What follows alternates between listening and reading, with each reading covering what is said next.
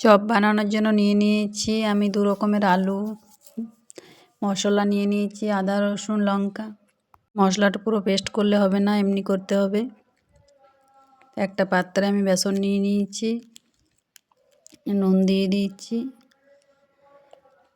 সামান্য হলুদ দিয়ে দিলাম, দিয়ে দিচ্ছি একটু বেকিং পাউডার, দিয়ে দিচ্ছি মৌরি কালো জিরে।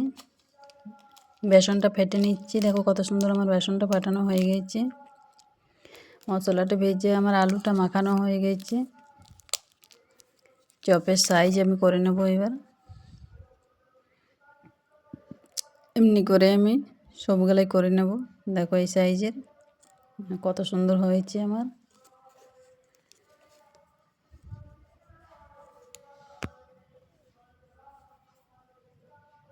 দেখো কত সুন্দর হচ্ছে। তো ভিডিওটা ভালো লাগলে লাইক কমেন্ট শেয়ার করবে। ভিডিওটা স্কিপ না করে পুরোপুরি দেখানোর অনুরোধ রইল সবার কাছে। ফাইনালি আমার চপগুলো হয়ে গেছে, তো কেমন হয়েছে সবাই কমেন্টে কিন্তু জানাবে।